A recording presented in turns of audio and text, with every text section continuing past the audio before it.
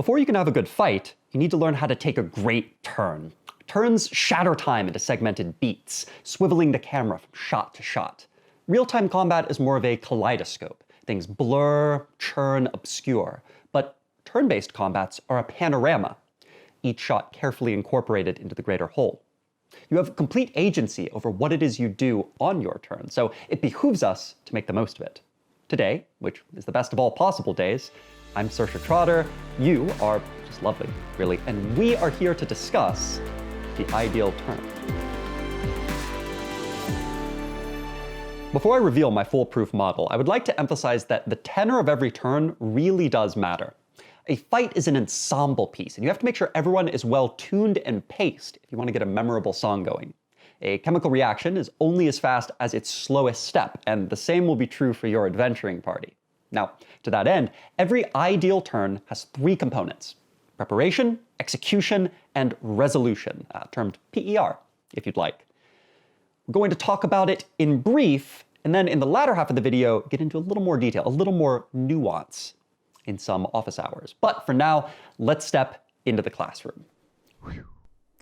Let's begin with preparation.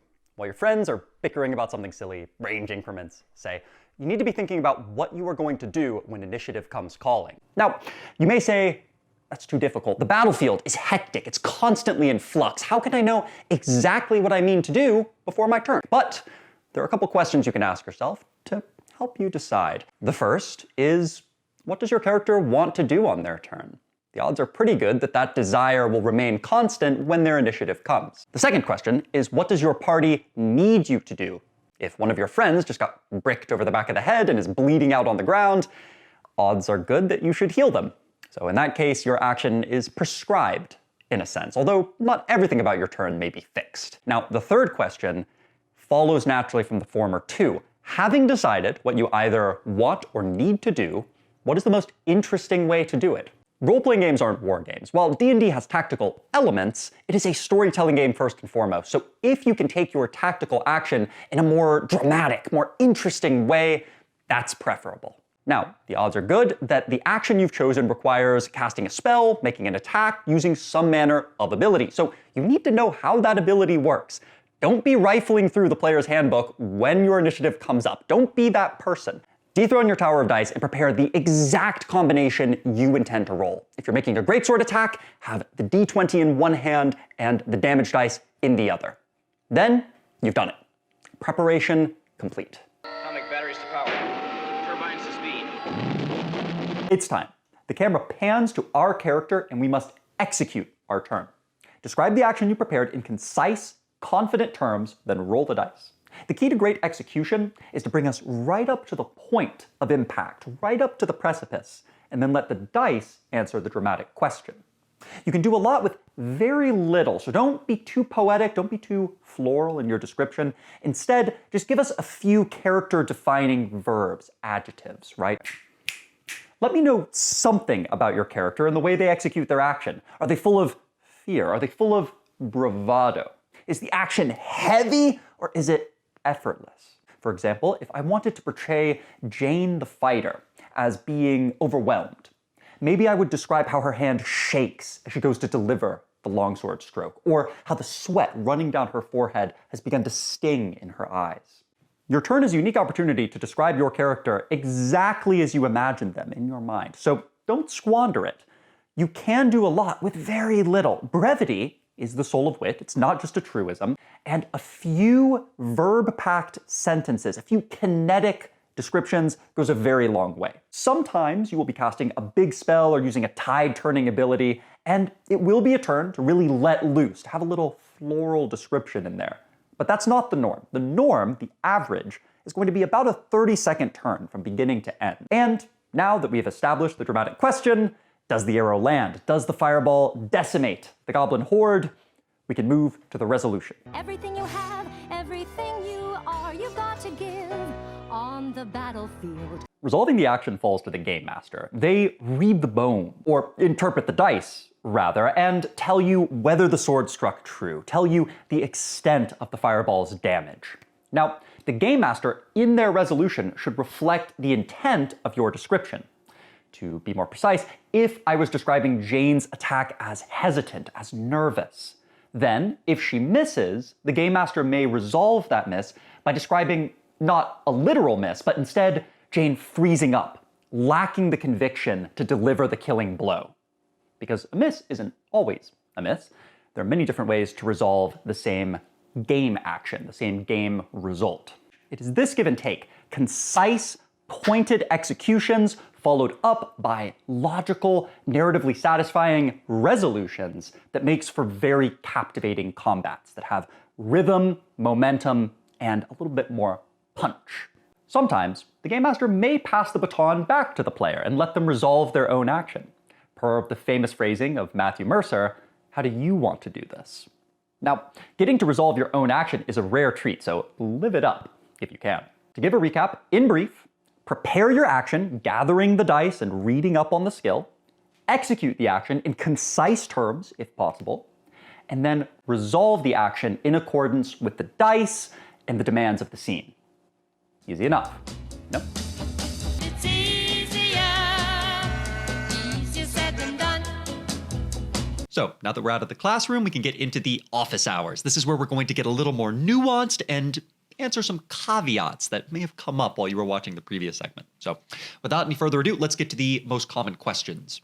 What about talking to the other players? Is it okay to make a plan mid-combat or ask clarifying questions? Yes, of course. We're all human here, and idealizations are just that, impossibly ideal.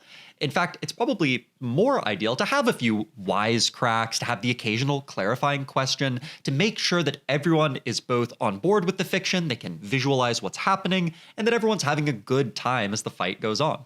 You should never feel like you're burdening the table by asking a clarifying question, but, this is a big one, I would say that however much you're planning right now, it's too much. Whatever you put forth, you should trust that the other players and the Game Master are going to attempt to spin it into something awesome. And so you don't need to worry over much or be stressed about making the wrong decision. For the most part, there aren't wrong decisions to be made, just different decisions, more or less dramatic decisions that can be made.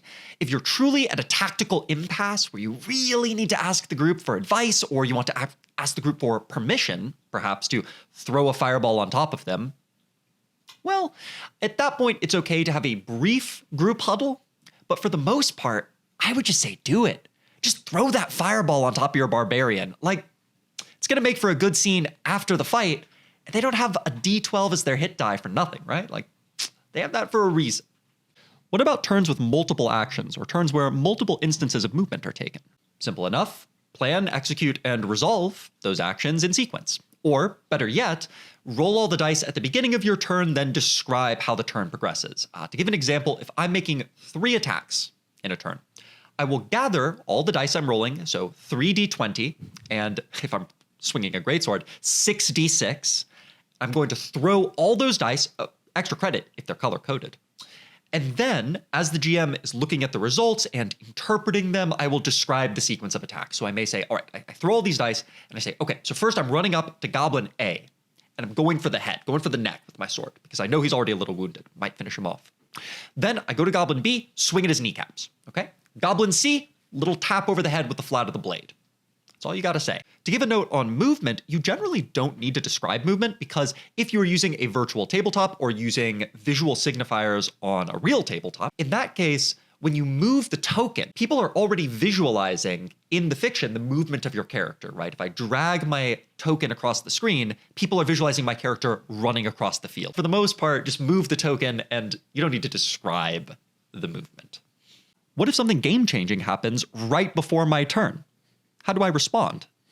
There are certainly things that can throw a wrench in the planning, the preparation phase of your turn. If, for example, the big bad enters phase 2 of the boss fight right before your turn, the diminutive little gnome suddenly becomes Beelzebub or Belial, or, twists into some sort of giant demonic monstrosity, that is definitely going to derail whatever it is you plan to do. You may not know how to respond, but that's very candid, isn't it? That's very in character that your wizard, who is prepared to sling this lightning bolt at the gnome, no longer is certain lightning will work on a demonic behemoth. Maybe he's still gonna try. Maybe she wants to try something else entirely. So big things can't happen that leave you at a loss. And you can either roll with that. You can say, oh, bugger, my character actually doesn't know what to do. She's going to run back, take cover, and start to frantically flip through her spellbook, right? You can kind of ask to delay your initiative in that way. That's not rules as written, but I'd be perfectly happy to let a player say, oh my goodness, I need to reconsider.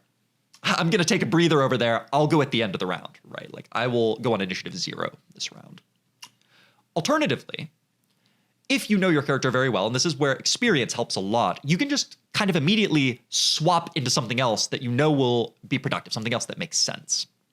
So if I'm playing a fighter, which is a pretty rules-light class, let's be honest, then pretty much no matter what happened to change the battlefield, say the wizard casting terrain-altering spells, so I'm no longer able to reach anything. You know, there's now illusory trees fencing me in on all sides. Well, I probably know what my fighter would do if I have played the class for a little while. I know what I'm capable of, and so I can pretty quickly swap into a different course of action.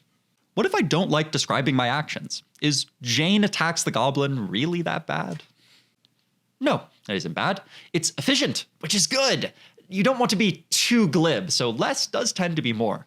That said, you want to strike the happy medium between I am devoid of personality, I attack the goblin, and having too much flash and sizzle, right? You don't want every single attack to be a paragraph-long swashbuckling tale, but you also want to give me just enough that I can visualize something. Because if you just say you attack, well, the default attack is kind of just like an overhead chop, and that may often be what you are picturing, but try to give it a little more nuance than that. At least give me a body part, right? Like say, Jane attacks the goblin's kneecaps. Ooh, now I see what's happening here. Do I need to announce the name of the abilities I'm using? Is Jane uses her action surge immersion breaking? Is it bad? In an ideal world, which ours is not, palpably, you wouldn't need to use the rules as written description of your ability because what ability you are using would be known to the people at the table, right? They would be familiar enough with your character that the way you describe the action already implied the ability. But often we don't live in an ideal world. Most people have not memorized the player's handbook and the Dungeon Master's Guide, et cetera, et cetera. And so usually naming the ability is fine. I try to put flavor first, and then if I feel like people aren't catching on, I provide the mechanical details. So, I may say, Jane Fighter grabs at the wizard's arm. She tries to grab his sleeve and then pin him up against the wall with her elbow. That is a grapple. But if everyone just kind of looks at me like, well, okay, what then? I'll be like, oh, she's grappling. And then the GM will go, oh, yeah, sure. And then we resolve the grapple. Often, the longer you adventure with a party, the more specific abilities take on their own flavor. So, for example, if your fighter always flavors their second wind ability as taking a swig from a flask of whiskey, well, by the third session, you don't need to say it's second wind anymore. You can just say, Boromir pulls out his flask, takes a tug, and then when you roll to recover some hit points, they already know what ability you're using, right? You no longer need to break that immersion and name the ability as it is writ in the laws of the universe. So that does end up happening. The same goes for spells. I played with a wizard who attached a Latin phrase to every spell he cast, and he ended up not having to say the name of the spells as they were written in the rulebook anymore, right? We associated every one of his commonly cast spells with that Latin phrase, which was insanely cool, and I wish more people would do that, because it really makes your character pop, right? It makes your character cease to just be a player's handbook concoction and really makes them seem more like an organic individual that developed these abilities on their own. What if I want more tactical combat? Doesn't that require more metagaming and planning? Not necessarily, no. Admittedly, my games do tend to play more like a wuxia film than they do chess, but the outcome is rarely random. You can make tactical moves that still preserve pacing, momentum, and drama, and you can have highly tactical fights without too much out-of-game coordination. That largely relies on everyone at the table having some idea of how Dungeons & Dragons combat works on a technical level, which isn't something you can expect from most tables, I think. So if you do want the game to feel more chess-like and feel a little bit less cinematic, then yes, I think it's reasonable to take longer turns and to have a little more metagame conversation about what's going on, what is the board state, effectively. But to dovetail into a little side note here, I would say that even in a grimdark tactical game where character death is very real if you make a poor life choice, I would say embrace death. I kind of want to die in most role-playing games I play in. This may be because I come at it from a game master's perspective where, I've got characters by the dozen. I'm reeling these guys off. But death is a great narrative beat, and this I know for a fact, you will always love your second character more than your first, and your third character more than your second. I've never had someone who didn't love their second character more than their first after they die, after they finished mourning and being angry at me. I mean, they should have been angry with the green dragon, but they just misplace this anger, right? They just don't understand that I am a conduit, not a dragon. How do I learn to describe my actions in cool, novel ways? Won't I run out of descriptions pretty fast? Possibly, yes. Again, you don't really need a unique verb and adjective combination for every single attack. You don't really want that. It's good to have some typical adjectives and verbs you recycle because that gives your character consistency, a consistent tone. Maybe your character chops, lobs, cuts. Maybe those are their verbs, and then occasionally you pepper it up with cutting, chopping different body parts with different intensities, different intents, different emotions. So with that, you can already get a good palette of descriptors for various attacks. And as long as you're not doing like the same thing over and over and over, you could use the same flavor in two different fights and it wouldn't come across as stale because plenty of things happen between two different fights. If you want to enrich your vocabulary of violence, I would recommend finding some books or films which have a tone and a style of combat that you want your character to embody, right? So if I'm playing a monk, I might watch some wuxia flicks.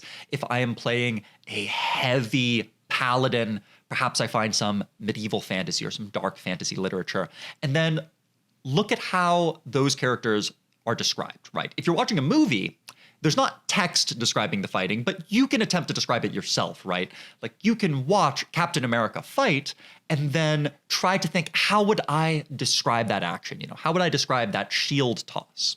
What verbs, what adjectives, what adverbs?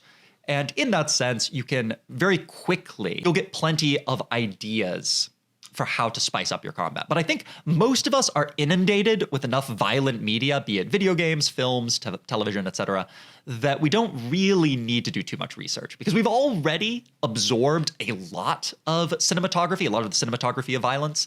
We just need to consciously think about how we put it into words. So practice. Practice makes perfect. There's no business like show business, like no business I know. There you have it. A heap of advice, a pinch of inspiration, and a whole lot of storytelling ahead of you. The beautiful thing about role-playing games is, in the end, they are more than the sum of their parts. The imagination, the energy of one person can infect the whole table, and an elevation in the level of play by one person can snowball into everyone following suit.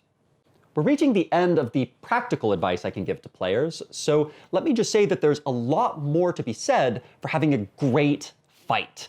And most fights, in all honesty, won't be great, but every fight can be good, and we can occasionally hazard a shot at greatness. If the turns are the fundamentals, then the context, the stakes, the challenge of the fight are the things which give those fundamentals meaning. It's one thing to watch a musician practice in isolation, but it's an entirely different thing to see several musicians come together on stage and perform under pressure. This instructional proem will be followed by another for GMs about how to orchestrate the entire affair of combat and how to bring the panorama together. Now, there's also a lot to be said about the ends violence serves in cooperative storytelling. And it should be obvious enough that the ends of violence are never the violence itself, but rather what we look for in our battles between elves, dragons, and demigorgons is to inspire camaraderie, to inspire awe, to inspire a certain sense of danger and the overcoming thereof. So look forward to all that. In the meantime, take care of yourself, think kindly of others, and I'll see you soon enough. We'll get loose. Do a couple salesman poses, a couple wacky inflatable tube man. All right.